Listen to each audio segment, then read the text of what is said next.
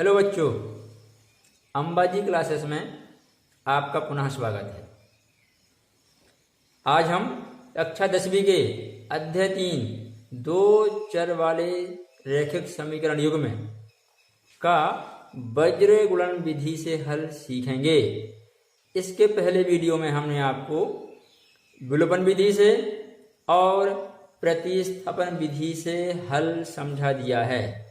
यदि आपने ना देखा हो तो आप चैनल को सब्सक्राइब कर लें और जाकर देख लें, ठीक है। तो आज हम वज्र गुणन विधि समझते हैं। तो वज्र गुणन विधि से समीकरण युग्म को हल करने के लिए हम उस समीकरण युग्म का व्यापक स्वरूप लेते हैं। क्या होता है ये? a1x plus b1y plus c1 is equal to 0, ये आपका समीकरण 1 है। a2x plus b2y plus c2 is equal to 0, ये आपका समीकरण 2, ठीक है। जैसे हम जानते हैं कि समीकरण युग्म में यहाँ पर ये a1, b1 और ये c1 ये अचर संख्याएं हैं। यहाँ a2, b2 और c2 समीकरण 2 में अचर संख्याएं हैं। यहाँ x और y चर हैं। जैसा कि हम जानते हैं पहले से, समीकरण युग्म का हल अर्थात इसमें जो चर x और y हैं इनके ऐसे मान प्राप्त करना जिनको इनमें से किसी भी समीकरण में रखने पर दोनों पक्ष बराबर आ जाएं, अर्थात कोई भी समीकरण संतुष्ट हो जाए। समीकरण युग्म के किसी भी समीकरण को संतुष्ट करने वाले मानों को, ठीक है, x और y के हम समीकरण युग्म का हल कहते हैं। ऐसे मान 3 प्रकार के संभव होते हैं, अर्थात समीकरण युग्म का 3 प्रकार का हल होता है। पहला है आपका अद्वितीय हल, ठीक है, अद्वितीय हल। जैसे कि ये शब्द का अर्थ है अद्वितीय, अर्थात जिसका दूसरा कोई ना हो, अर्थात केवल एक, ठीक है। इसका मतलब है कि समीकरण युग्म में जब इस तरह का हल होता है तो हमें x और y के केवल एक ही मान ऐसे प्राप्त होते हैं जिनको समीकरण में रखने पर यह समीकरण को संतुष्ट करें, ठीक है। इसके लिए शर्त होती है, शर्त यह है a1 upon a2 is not equal to b1 upon b2, ठीक है। आप समीकरण युग्म में देख लीजिए, a1 a2 क्या है? ये गुणांक हैं। a1 b1 c1 समीकरण 1 में है, यहाँ a2 b2 और c2 समीकरण 2 में है। अपन यहां से क्या करते हैं, समीकरण के व्यापक स्वरूप से ये जो गुणांक हैं इनका अनुपात लेते हैं। यदि ये अनुपात इस प्रकार का है a1 अपॉन a2 बराबर ना हो b1 अपॉन b2, तो ये हमें संकेत करता है कि इस तरह की स्थिति में अद्वितीय हल प्राप्त होगा। दूसरा आपका जो हल होता है वह इस प्रकार से है अनंततः अनेक हल या अपरिमित रूप से अनेक हल। अपरिमित रूप से अनेक हल, अपरिमित रूप से अनेक हल, ठीक है। ये आपकी दूसरी स्थिति ये प्राप्त होती है। इसकी शर्त क्या होती है? a1 upon a2 is equal to b1 upon b2 is equal to c1 upon c2। जब तीनों गुणांकों, ये दो जगह x और y के गुणांकों का अनुपात अचर पदों के गुणांकों के अनुपात के बराबर हो जाए, ये तीनों अनुपात बराबर आ जाएं, तो ये हमें संकेत करता है कि इस समीकरण युग्म के अनेक हल प्राप्त होंगे, ठीक है। तीसरी स्थिति होती है कोई हल नहीं, कोई हल नहीं, ठीक है। तो ये स्थिति क्या होती है? इसकी शर्त होती है कि a1 upon a2 is equal to b1 upon b2। x के गुणांकों का अनुपात y के गुणांकों के अनुपात के बराबर होता है, लेकिन ये जो अनुपात है ये अचर पदों के अनुपात के बराबर नहीं होता। C1/C2 क्या है? अचर पद हैं, इनका अनुपात इन दोनों के अनुपात के बराबर नहीं होता है। यदि यह स्थिति हमको प्राप्त हो रही है तो ये हमें कहता है या बताता है कि समीकरण युग्म का कोई हल नहीं है। इस प्रकार से ये 3 प्रकार के हल होते हैं, ठीक है। जब इन्हीं हलों को हम ग्राफी विधि से देखते हैं तो वहां पर हमको इस स्थिति में प्रतिच्छेदी रेखाएं प्राप्त होती हैं, यहां पर हमको समांतर रेखाएं प्राप्त होती हैं और यहां पर हमको संपाती रेखाएं अर्थात एक रेखा पर दूसरी रेखा प्राप्त होती है। अर्थात जब हम ग्राफ बनाते हैं तो हमें 2 रेखाएं प्राप्त नहीं होती, केवल एक रेखा मिलती है, ठीक है। जब ग्राफी विधि में आप इस बात को स्पष्ट रूप से समझेंगे, आपको हम जब समझाएंगे, ठीक है। तो ये हमने यहाँ पे 3 तरह के हल देखे।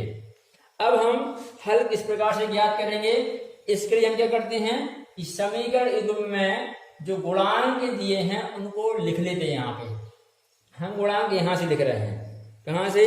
जब हमें x के मान प्राप्त करना है तो थोड़ा हमें x को इस प्रकार से छिपा लेते हैं। क्या बचा हमारा? ये b1 और यहाँ पर क्या आपका b2, अचर पद क्या है आपके c1 और ये c2, ठीक है।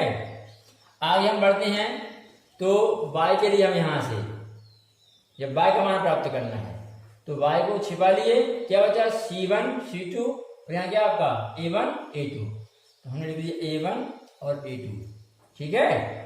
और तृतीय जो अचर पद हम लेंगे उसके लिए हम क्या करते हैं, यहाँ पर अचर पद को यहाँ छिपा लेते हैं। अब क्या बचा आपको गुणांक a1 a2 और b1 b2, तो ये देखिए a1 a2 है, इसके बाद क्या आपका b1 b2, ठीक है। तो हमने इस प्रकार से गुणांकों को लिख लिया। हम यहाँ पर x का मान प्राप्त करते हैं, यहाँ इन गुणांकों का इस प्रकार से तिरक गुणा करते हैं। ये गुणांक का यहाँ करते हैं, ये वाले गुणांक का यहाँ करते हैं। इन गुणांकों के गुणनफल में से इसको हम इस गुणनफल को घटाते हैं तो यहाँ हमें x का मान प्राप्त होता है। इसके बाद हम यहाँ गुणांकों का गुणनफल ज्ञात करते हैं। ये गुणा हमने किया तिरक गुणा इस प्रकार से और फिर ये तिरक गुणा किया, ठीक है। तो यहाँ हमें y का मान प्राप्त होगा। इन गुणांकों के गुणनफल में से इस गुणनफल को हमें घटाना है, ठीक है।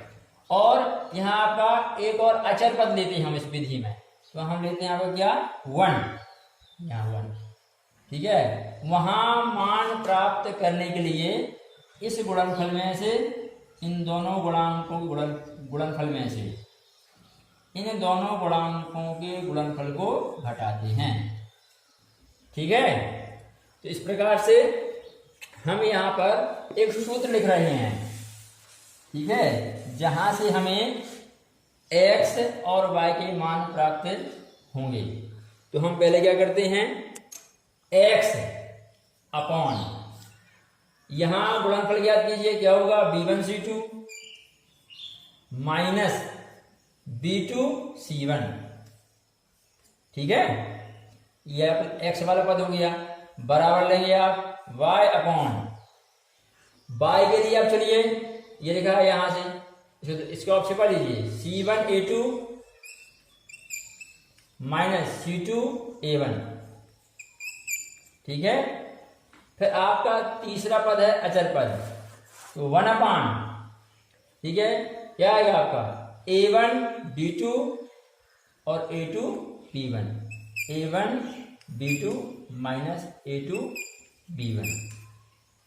देखिए यहां पर पहले ये वाला गुणनफल फिर ये वाला गुणनफल, ठीक है, पहले पद में। द्वितीय पद में जहां आपने छोड़ा था वहीं से शुरू होता है, पहले ये वाला गुणनफल c1 a2 फिर यहां से c2 a1। तृतीय पद के लिए क्या है, यहां हम छोड़े थे तो a1 b2 minus a2 b1।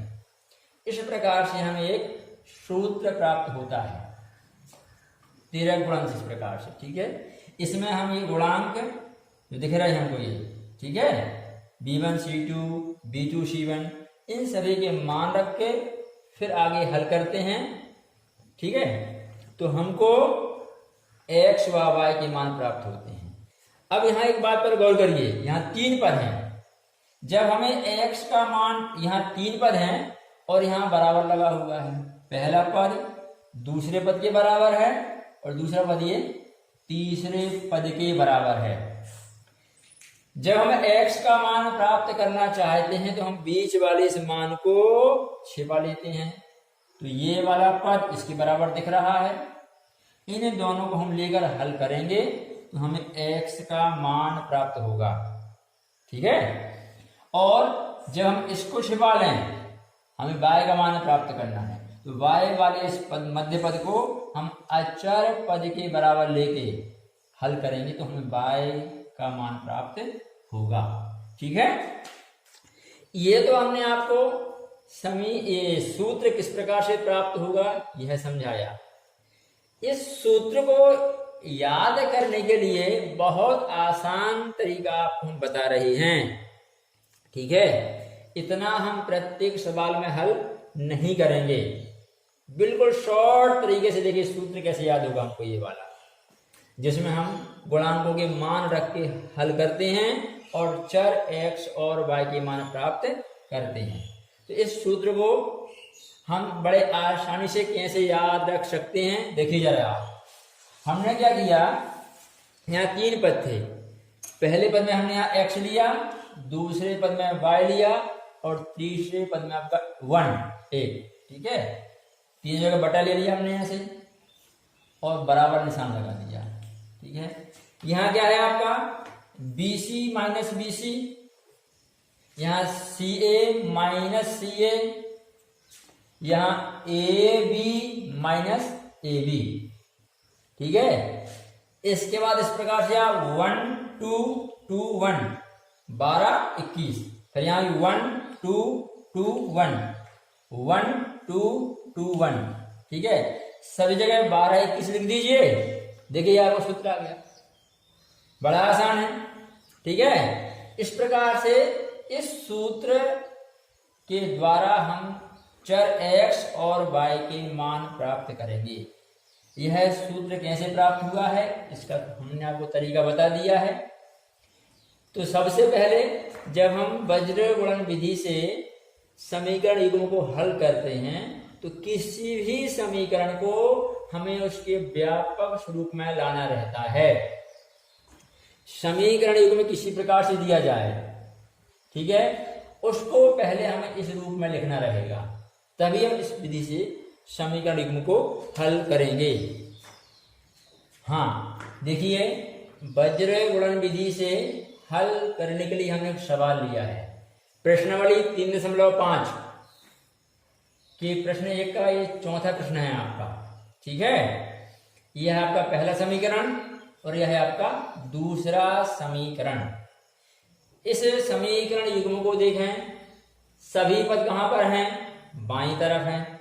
ठीक है, अर्थात यह समीकरण युग्म पहले से ही अपने व्यापक स्वरूप में लिखा हुआ है। ठीक है, तो हम तुलना करते हैं व्यापक समीकरण युग्म से।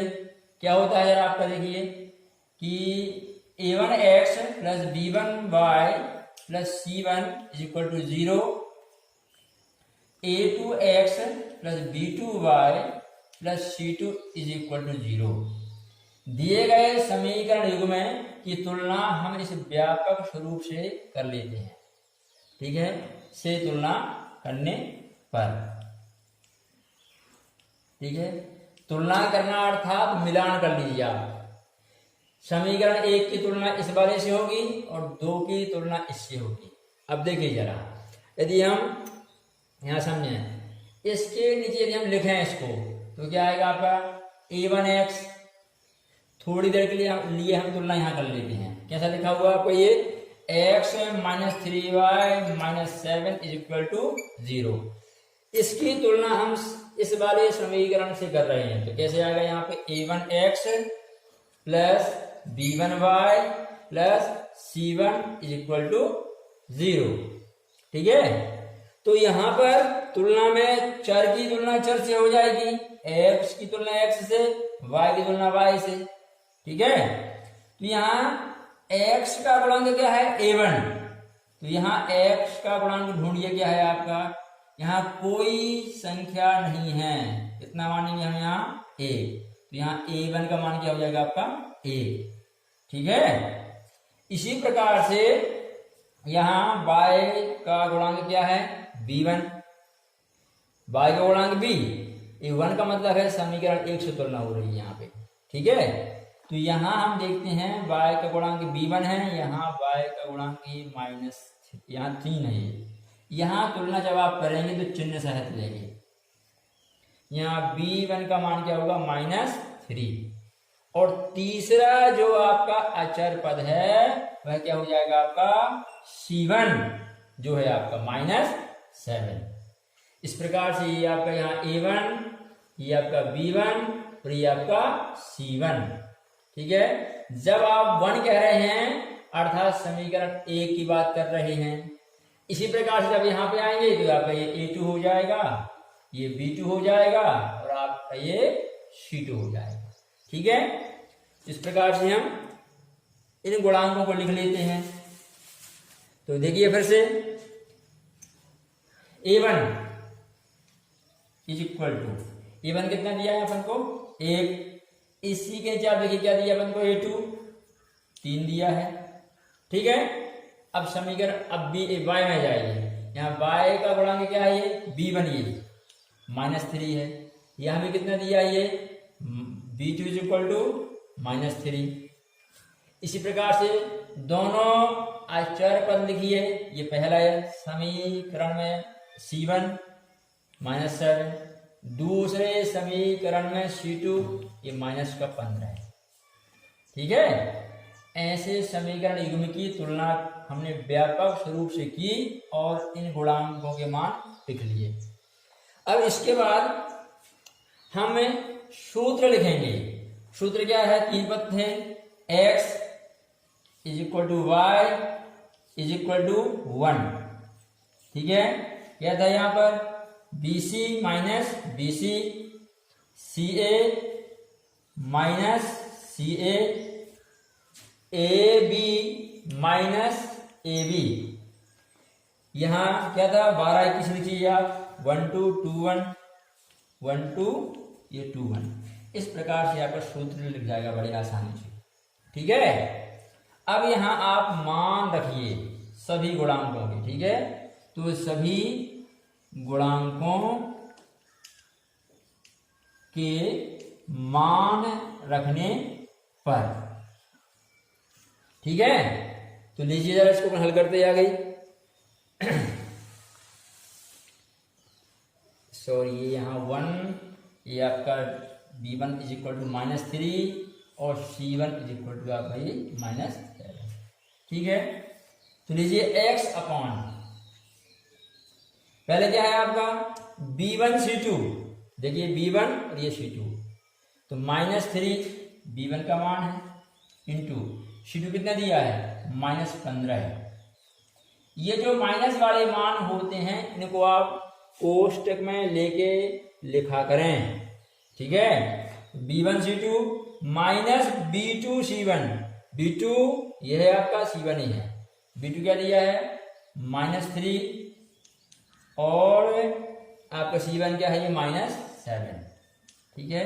बीच में क्या है आपका ये माइनस, ये सूत्र का माइनस है आपका, is equal to y upon c1 a2, c1 आपका ये है, a2 कहां पर ये है, -7 इंटू 3, -7 इंटू 3, बीच का माइनस ले लीजिए आप, ये c2 a1, c2 क्या दिया है ये -15 है और a1 क्या आपका 1, -15 गुणा आपका 1 is equal to 1 upon a1 b2, a1 क्या आपका a1 b2 1 और ये -3, 1 इंटू a -3, माइनस लीजिए a2 b1, a2 क्या है 3, b1 क्या है -3, तो 3 इंटू -3, ठीक है।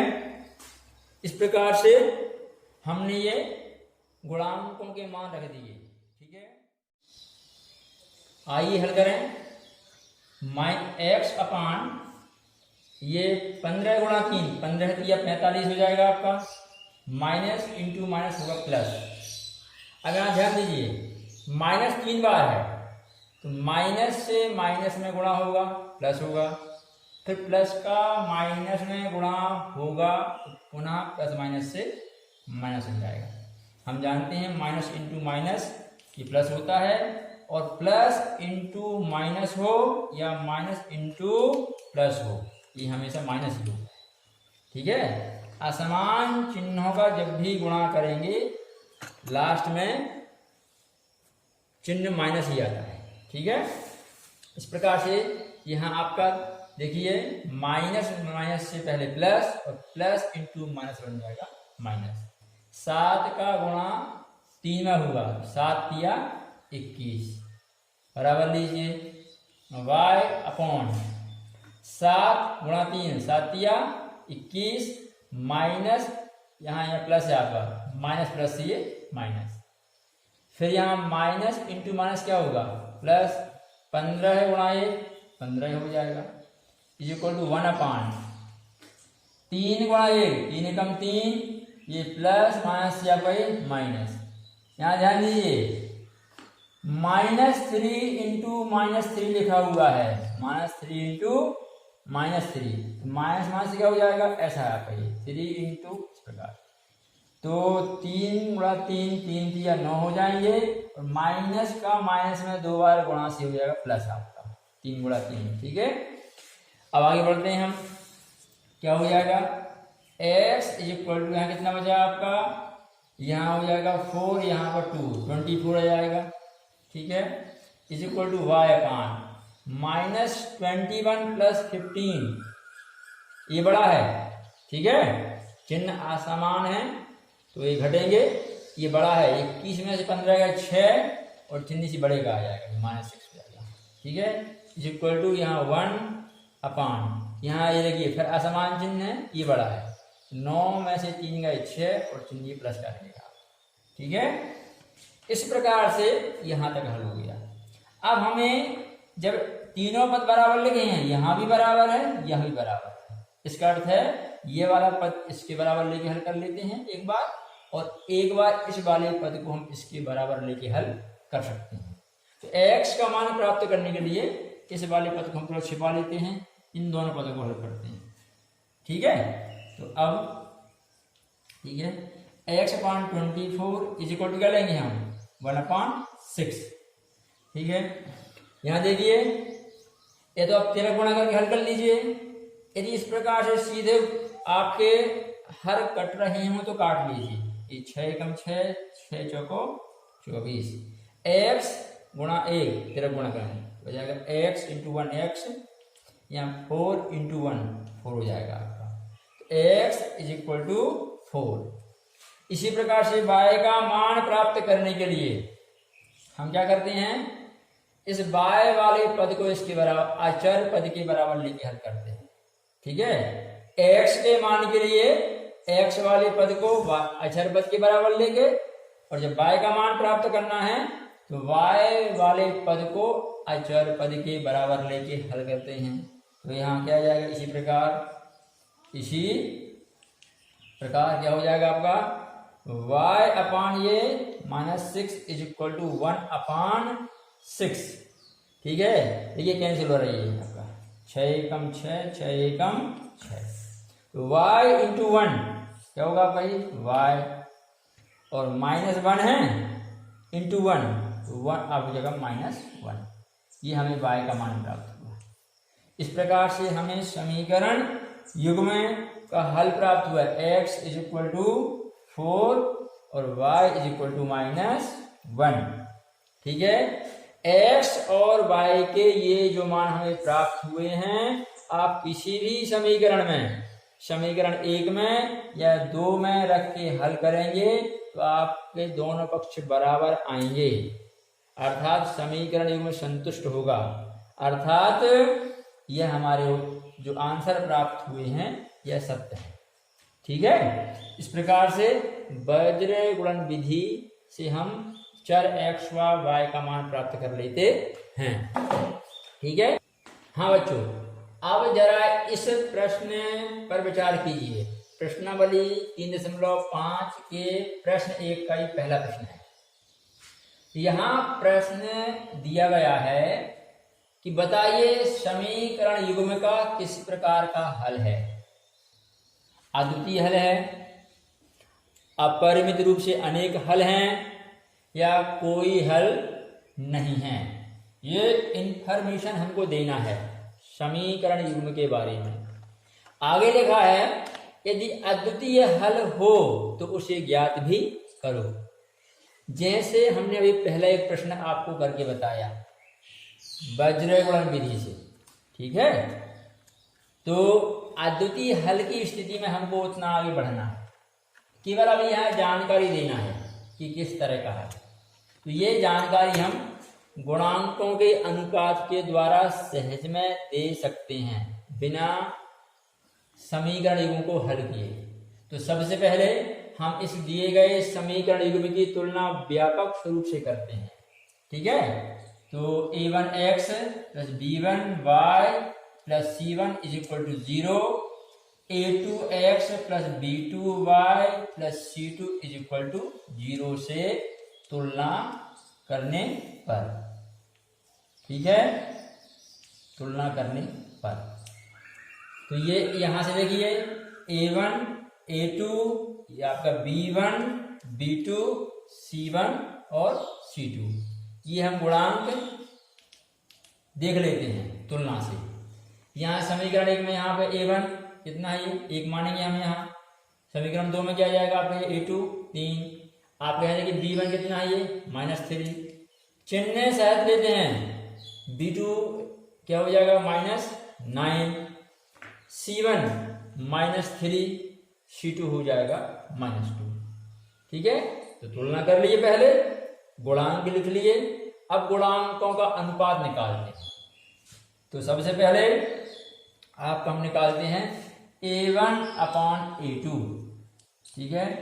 a1 कितना दिया है 1, a2 है आपका 3, 1/3। ठीक है।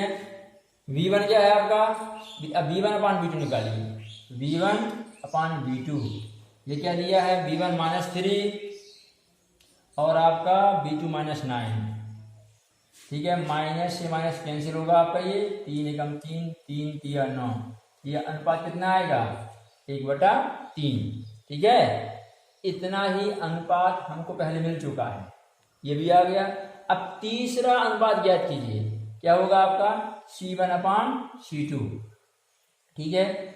तो ये कितना मिलेगा, c1 दिया -3 और c2 आपका -2। माइनस से माइनस कैंसिल होगा, उत्तर आएगा ये 3/2 आपका। ठीक है। इस प्रकार से देखिए कौन सी शर्त यहाँ लागू हो रही है।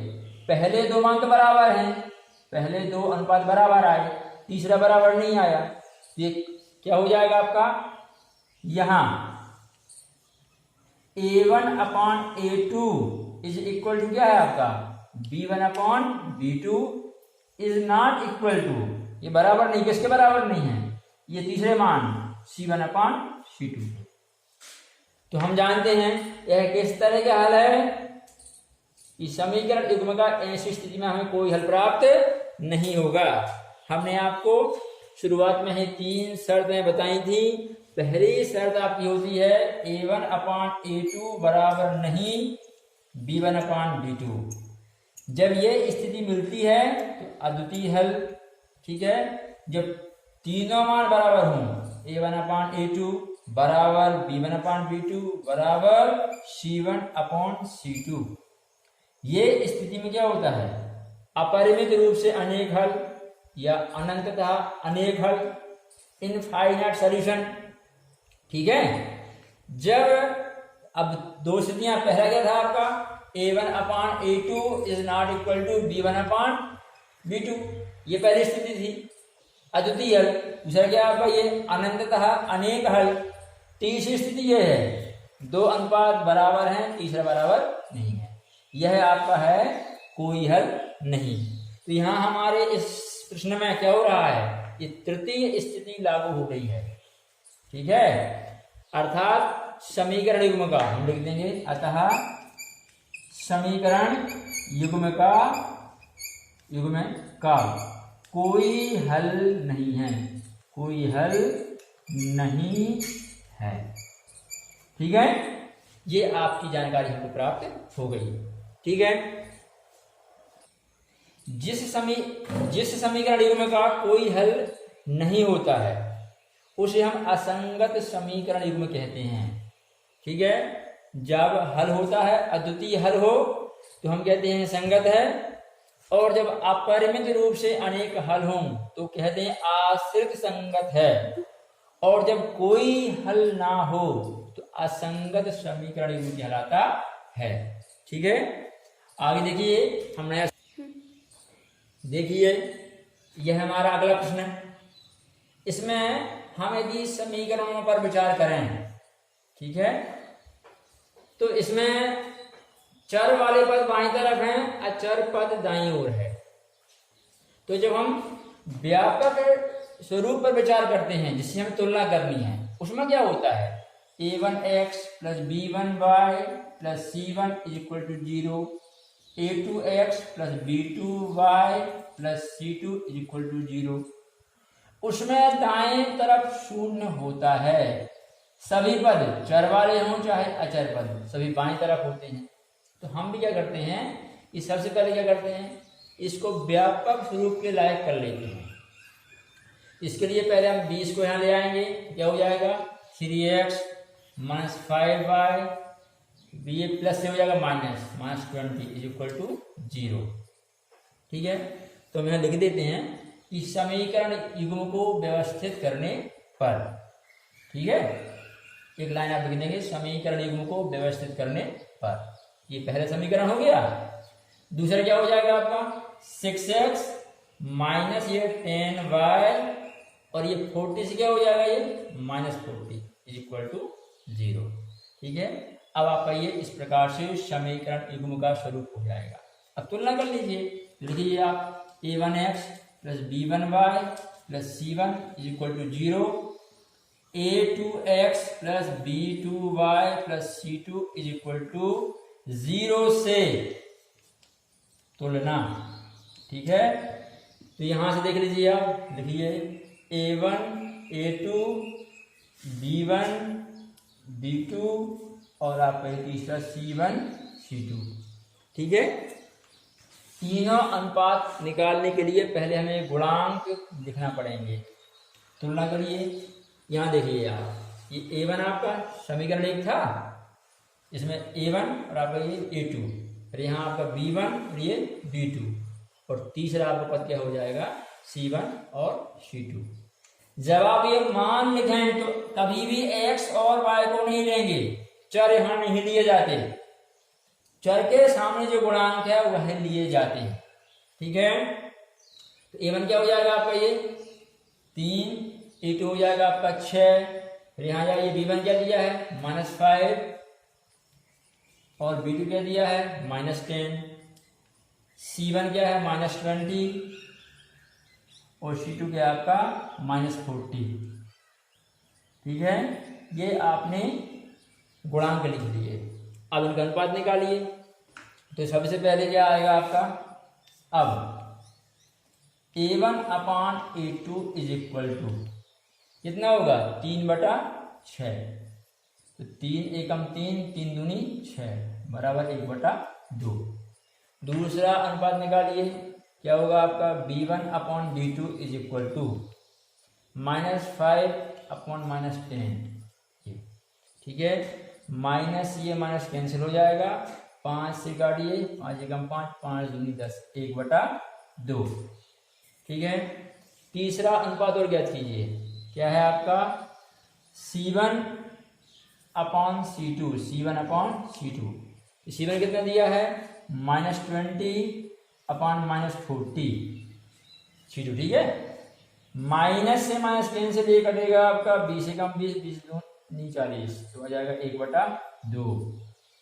देखिए यहाँ पर तीनों अनुपात बराबर आ गए, तो क्या शर्त लग रही है, चूंकि चूंकि A1 upon A2 is equal to B1 upon B2 is equal to C1 upon C2, अतः